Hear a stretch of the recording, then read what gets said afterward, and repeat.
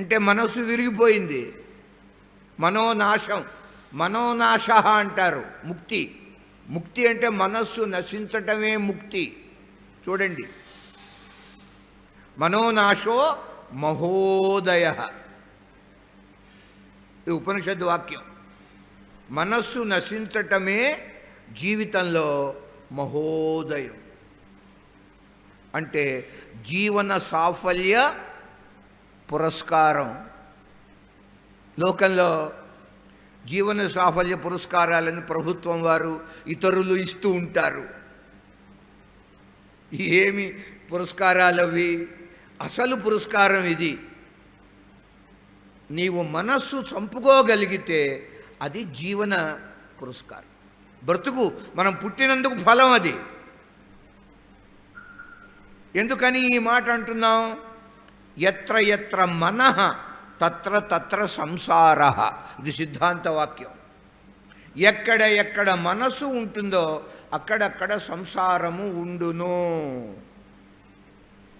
ఎక్కడ సంసారం ఉంటుందో అక్కడ రాగద్వేషాలే ఉంటాయి, కామక్రోధాలే ఉంటాయి.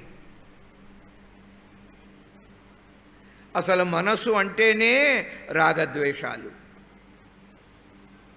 కొన్ని అంటే రాగం, కొన్ని అంటే ద్వేషం. అది సంసారం.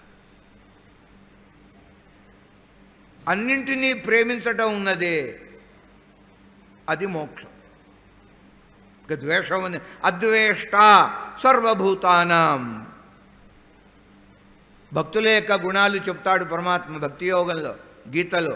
అద్వేష్ట సర్వభూతానాం మైత్ర కరుణ ఏవచ నిర్మమ నిరహంకార సమదుఃఖ సుఖ క్షమి.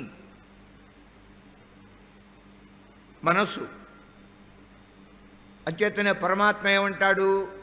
ఒరే, నువ్వు ఏమి ఇచ్చినా అది ఇచ్చినట్టు కాదు. ఏమిస్తే ఇచ్చినట్టు అవుతుంది?